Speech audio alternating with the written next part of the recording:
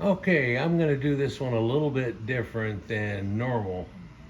Normally, I would probably have to make this man's video, which is only 17 minutes long, into a 45-minute video or longer. You know me. But this time, I'm just going to ask you to go to his place and watch his video on this topic. I'll say a few things about it here, but I want you to get his flavor on this. This is a professional researcher. His name is Fortress of Lugh. This is a guy that I picked up on whenever the Cleopatra debacle came out of the Bantu people, if you remember.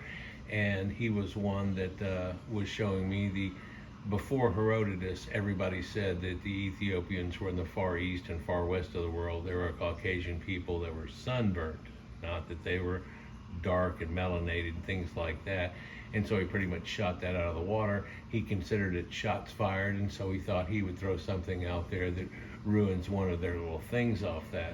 Well, his videos show up in my right hand side quite often because of that, and this one popped up. I watched it and I'm like, I could go through all of this, but it'd be better if you did it yourself.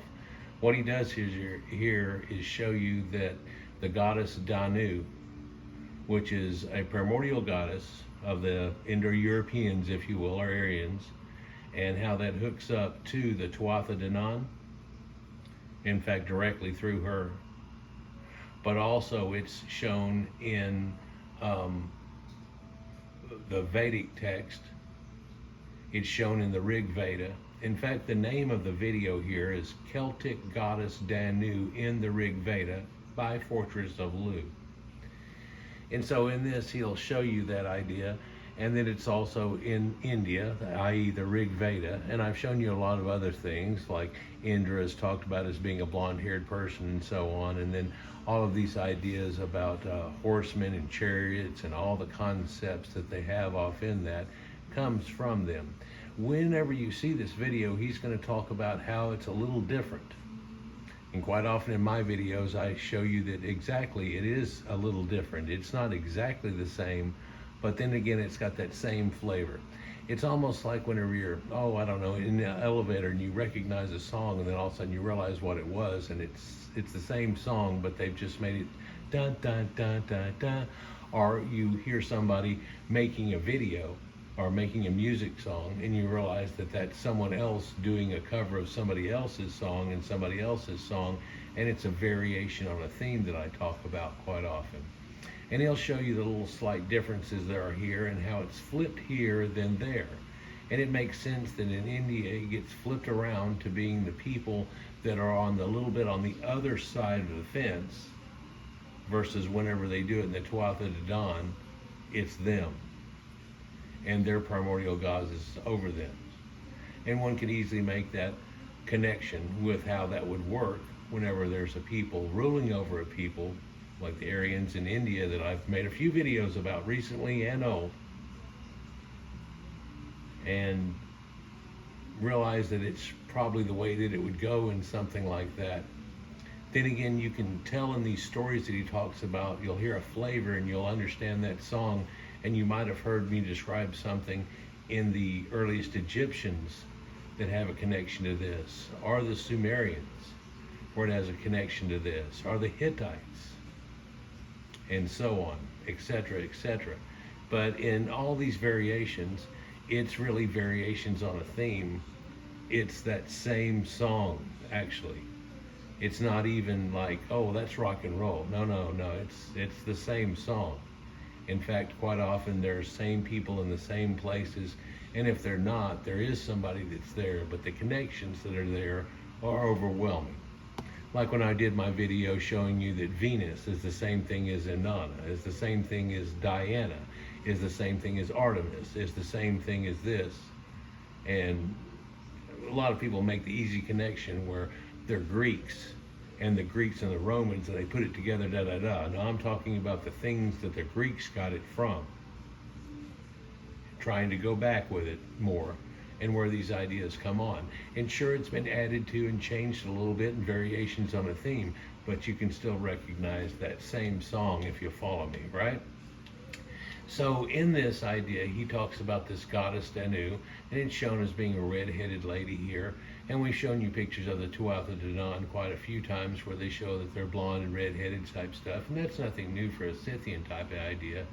But I've also showed you they're blonde people, well, like in the Rig Veda, and then there's also blonde people in the earliest and pre-dynastic Egypt, all the way on through, including like King Tut's grandparents and all of that type of stuff.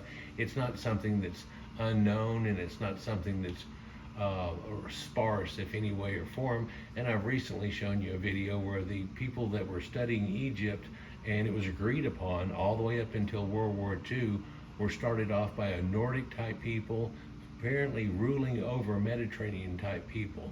And they even say they rule over the dark-haired people. Well, so did Sumeria, and we can find in both those cases. We also see an idea of the great flood that went on here, and that could be quite a few things. I've got enough videos to choke a horse about an idea of a great flood. But when we have that great flood in Noah's kids, they are all going to have the same genetics. I know people nowadays get twisted into the idea that somehow their kids became 3 different ethnicities. That doesn't work. And then you're still leaving out Eskimos, Orientals, and Amerindians, even if you try to play that game. So it's not. It's where did they land in Noah's thing? Well, in the Caucasus Mountains. That whole religion is really a Caucasian religion, just like India is from there. China and the Orient have their own, and so on like that. Although a lot of those have some leanings and connections to these Proto-Indo-Europeans, which were just next door. In fact, before China was China, they were there. But this goddess Danu that he talks about, and how she's connected to so many things, and there's ideas that she is the cosmic goddess. And there's also a goddess called Inya. And if you remember a video not too many years ago where this girl was singing Inya, and you've heard that name and where that comes from. It's amazing some of the names make connections if you know, or if you've ever heard of the name in the stories, and he'll talk about that. And a few other connections to Dan. And she was a goddess of the primal waters or the cosmic sea and things like that. So it's really not the female version of Neptune or Poseidon, if you will, but there are connections too that he talks about in all of this, and it's pretty interesting. Also at this point when he talks about cow goddesses and the Milky Way and how all that works in this concept, if you've gone to my channel, I still have up from 2 Christmases ago a special thing showing Egyptian connections to the Valley Boyne that they have, and the ancient kurgans that are there, and burials and stuff that are there, and their rituals. And remarkably, that's where we get the Milky Way concept from, the whole 9 yards. Apis bull goes along with it, and it's another researcher there, and it's a recording of a recording, so you have to kind of crank it up whenever you hear it. But I think it's valuable enough, even though it's that harshly done, that I put it as one of the main things you find on my channel. It made a 1.5 years worth of other connections all of a sudden in this one video, where he shows you battle axes and things that all go with this concept from a way back when. But then again, a calf goddess and a mother cow goddess and all these things. And we've seen Yahweh even depicted with Asherah, his wife, as being 2 bull people with a bull son, which is Baal, and so on like that. So there are connections through this all, and ideas of a thunderbolt or stealing a thunderbolt from the gods and all this type of thing that is just variations on the theme of tales. And of course woven into that are morals and all kinds of things that are there, just like in all religions and so on too. And he makes connections to Lugh, and his name is Fortress of Lugh, but also to Luke that he says over and over again. And amazingly, that's Luke of the Bible too, or where that concept comes from. But also talks about Hermes stealing cattle, for instance, and how he's somehow Zeus's messenger of the clouds, and the milk of the cows is the water that rains down upon the earth, and all of these effects. So it all makes one conglomeration of stories that are really, what I said before, variations on a theme. So I'd like for you to take a look at that. I mean, I could go into this and I'd be stopping it after every sentence and going into stuff and way off in left field. And it might be best, well, it might have been best in some of the other ones too, but then again, most of the flavor that I add to it is not part of something they say, or when they act ambiguous, I jump in, or when I can add something or another connection and go, doesn't this sound familiar? And things along that line. So this primordial goddess of the waters that we have going on here, Danu, and there's actually a connection which leads all the way back to a time before time, to a people before people, and their connections. And you look at these people's story and those people's story and those, and it just sounds like it's variations on a theme, and they're all playing this one song that you easily recognize. He makes connections to Agni and Dagda and the thunder god Kuranes and so on. And so he just talks his way through it, and it may go over your head at certain points, but I think that you should be able to get the gist of something like this pretty easy. And by doing so, you'll make connections. Just like we can look at these two things in the bottom and see that one is a reverse of the other, and it looks like you could take one and close it over on the other in the bottom left-hand corner. Or do you see up to the right, there's a burial mound? Off in the distance, up in the middle there's a couple of little circles there too, but that huge circle, that's just right over here, right there.